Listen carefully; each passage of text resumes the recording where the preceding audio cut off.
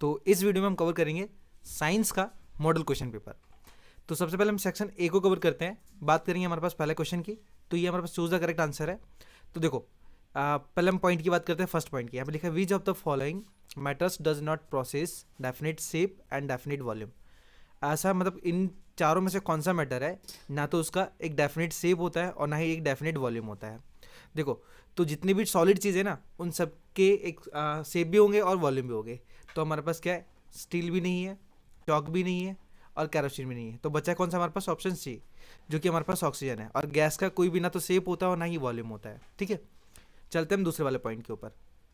यहाँ पे लिखा है state the type of colloid if both dispersing medium and dispersed phase are liquid. ठीक है, तो देखो इसका जो आंसर है वो इमल्सन है। ठीक है, जिसमें क्या होता है ना कि जो हमें एक मीडियम भी दिख जाए उसका और फेज भी दिख जाए। इसका एक एग्जांपल मैं बताता हूँ। जैसे समझ चलो कि घर के अंदर बीम ऑफ लाइट आती है, तो उसके अंदर क्या जो पार्टिकल्स होते हैं ना घर के अंदर, वो क्या करते हैं, बीम को एकदम दिखा देते हैं कि हाँ ये बीम ऑफ लाइट निकल रही है।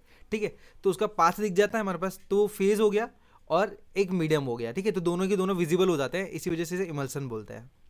चले बात करते हैं क्वेश्चन नंबर तीसरे की। पॉइंट नंबर तीसरा हमारे पास लिखा है व्हाट इज द देखो atomicity of most of the metals. ठीक है, तो यहाँ पे क्या दिया है, जो एटोमिसिटी है ना, ये हमारे पास इसका आंसर है 1। ठीक है, वैसे से है ना क्या बोलते हैं, मोनो एटॉमिक बोलते हैं, और मोनो एटॉमिक का मतलब होता है 1। ठीक है, तो जो एटोमिसिटी होती है ना वो 1 होता है। अब बात करते हैं क्वेश्चन नंबर 4 की। यहाँ पे लिखे which organelle is the power house of cell. तो ये तो आपने सुना ही होगा, माइटोकॉन्ड्रिया है, माइटोकॉन्ड्रिया। ओके, सो ऑप्शन हमारे सारे क्लियर हो गए। अब बात करते हैं ट्रू फॉल्स की। तो ट्रू फॉल्स में हमारे पास पहला क्वेश्चन दिया है 5 वाला। इसमें लिखा है evaporation of water is a chemical change. देखो सबसे पहले वाटर क्या है, एक स्टेट है। ठीक है, ये जो हमारे पास ये गैस के मतलब सॉरी ये हमारे पास लिक्विड फॉर्म में है, और वो चेंज हो रहा है किसमें, एवोपरेशन हो रहा है। एवोपरेट का मतलब तो गैस के अंदर चेंज हो रहा है। ठीक है, तो वाटर का लिक्विड में मतलब ना गैस में चेंज होना, ये केमिकल चेंज नहीं, ये फिजिकल चेंज होता है। ठीक है, तो ये हमारे पास हो जाएगा फॉल्स। बात करते हैं क्वेश्चन नंबर 6 की। लिखा है a sprinter complete 1 round on a circular path and then his displacement is 0। तो ये ट्रू है। मैं आपको थोड़ा सा एक्सप्लेन करता हूँ समथिंग। ये हमारे पास क्या है, एक गोल है, यहाँ पे कोई स्प्रिंटर है। स्प्रिंटर मतलब क्या है, समझो कि राउंड लगाने वाला। तो उसने क्या किया, यहाँ से राउंड लगाना स्टार्ट करता है और वापस से इसी जगह पे आ जाता है जहाँ से उसने स्टार्ट किया था। ठीक है, तो ऑलवेज याद रखना उसका डिस्टेंस उस राउंड के ऊपर डिपेंड करता है, सर्कल के ऊपर डिपेंड करता है, बट डिस्प्लेसमेंट उसके स्टेशनरी पॉइंट को डिपेंड करता है। जैसे हमारे पास क्या है कि वो बंदा यहाँ से चलना स्टार्ट हुआ था और यहीं पे आके रुका, तो इसका जो डिस्प्लेसमेंट होगा वो 0 ही होगा ऑलवेज। ठीक है, तो ये हमारे पास राइट होगा। ठीक है, सो चलते हैं हम क्वेश्चन नंबर 7 के ऊपर। चलिए तो बात करते हैं क्वेश्चन नंबर 7 की। यहाँ पे लिखा है, जस्ट वेट थोड़ा सा मैं साइड ले लेता हूँ।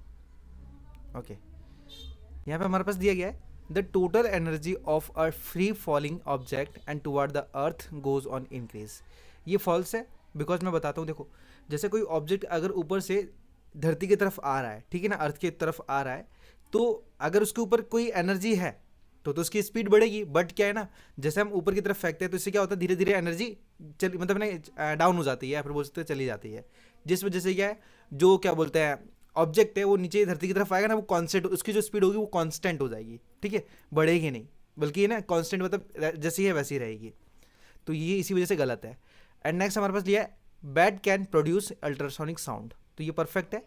अल्ट्रासोनिक साउंड किसको बोलते हैं, जो 20,000 हर्ट्ज के ऊपर मतलब प्रोड्यूस करता है। तो बैट करता है, इसी वजह से उसे अल्ट्रासोनिक साउंड भी कहा जाता है।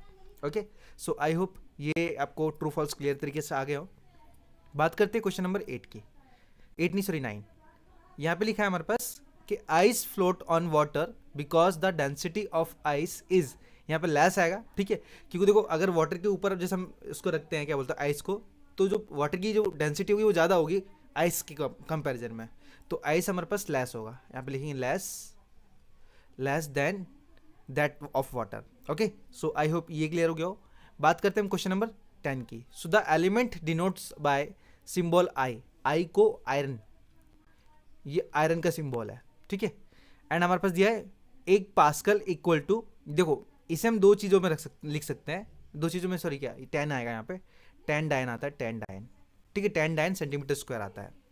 और 12 नंबर की बात करें तो 12 में लिखा है हमारे पास कि in share of poisonous matter get transformed into non poisonous. तो ये हमारे पास होता है लीवर सेल, ठीक है, जो कि पॉइजनस को नॉन पॉइजनस में कन्वर्ट करता है। मैं यहाँ पे लिख देता हूँ लीवर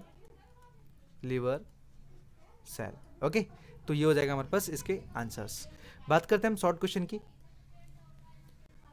तो शॉर्ट क्वेश्चन में हमारे पास पहला दिया है कि state the Latin name of potassium. तो इसका जो नाम है ना लैटिन में, उसका नाम कैलियम है, ठीक है, इसीलिए पोटेशियम का जो सिंबल है वो के से है, क्योंकि उसका नाम केलियम है, कैलियम। ओके, अब क्वेश्चन नंबर 4 की बात करते हैं, 14 की बात करते हैं। स्टेट ऐसा unit of impulse of force. तो इसको हम दो तरीके में रख सकते हैं, एक तो न्यूटन फोर्स होता है, ठीक है, Newton force, sorry Newton second बोल सकते हैं मुझसे, न्यूटन सेकंड। और जो दूसरा होता है ना, वो दूसरा होता है हमारे पास किलोमीटर नहीं, सॉरी जस्ट वेट ना, किलोग्राम, जस्ट वेट मैं इसे रफ करता हूँ। ये होता है हमारे पास किलोग्राम मीटर पर सेकेंड, ठीक है। दूसरा हमारे पास ये होता है, तो आपकी इच्छा है, आप दोनों में से कोई भी लिख सकते हो, या फिर मैं तो आपको ना प्रीफर करता हूँ कि किलोग्राम मीटर सेकेंड इनवर्स लिखो, ठीक है। बात करते हैं क्वेश्चन नंबर 15 की। यहाँ पे दिया है 1 kilowatt is equal to how many joule. देखो यहाँ पे वाट निकालना है। अब देखो 1 किलो का क्या होता है, 1 किलो का हो जाता है हमारे पास 1000, और जो वाट है, वाट तो ऐसी रहेगा हमारे पास, लेकिन हम यहाँ पे आवर है ना, आवर में क्या होता है हमारे पास इंटू 60 मिनट होते हैं एक घंटे के अंदर, बट हमें सेकंड में कन्वर्ट करना पड़ेगा, तो यहाँ पे 60 से फिर से मल्टीप्लाई करेंगे एंड इक्वल टू, देखो 6 से 36 और 36 बन जा 36 आएगा हमारे पास। जीरो हमारे पास 5 है, तो 5 जीरो हम रखेंगे, ठीक है। तो एग्जैक्ट ये 36 लाख जूल हो जाएगा इसका आंसर। तो बात करते हैं क्वेश्चन नंबर 16 की। यहाँ पे लिखा है which methods is useful to get maximum crop yield. देखो तो यहाँ पे जो बोला गया ना, वो ये बोला है कि ऐसी कौन सी मेथड है जहाँ पर जो क्रॉप का ये सॉइल की फर्टिलिटी है ना, वो लगातार बनी रहती है, ठीक है, घटती नहीं है, बढ़ती ही रहती है बल्कि। तो देखो अगर हम एक जगह पे अगर एक ही प्रकार की फसल करते हैं हर बार, तो इससे क्या होगा, मैक्सिमम जितना भी फर्टिलाइजेशन होगा, या फिर बोल सकते हैं जो मिट्टी का उर्वरक होगा, वो सारा का सारा क्या होगा, वो फसल ले लेगी। अब लेने के बाद क्या होगा, तो इस वजह से क्या होगा, उसकी जो सॉइल की फर्टिलिटी वो पूरी तरीके से कम हो जाएगी। बट क्रॉप रोटेशन से क्या होता है, कोई फसल कम फर्टिलिटी लेती है, कोई ज़्यादा लेती है, तो इस वजह से क्या क्रॉप रोटेशन परफेक्ट एक मेथड है जो कि सॉइल की फर्टिलिटी को कम नहीं होने देती, ठीक है। तो यहाँ पे जो आंसर है वो क्रॉप प्रोडक्शन ही रोटेशन है, रोटेशन। ओके, ये परफेक्ट मेथड है जो कि सॉइल की फर्टिलिटी को कम नहीं होने देता। सो आई होप आपको सेक्शन है पूरा का पूरा आ गया हो। चलते हैं फिर सेक्शन बी की तरफ।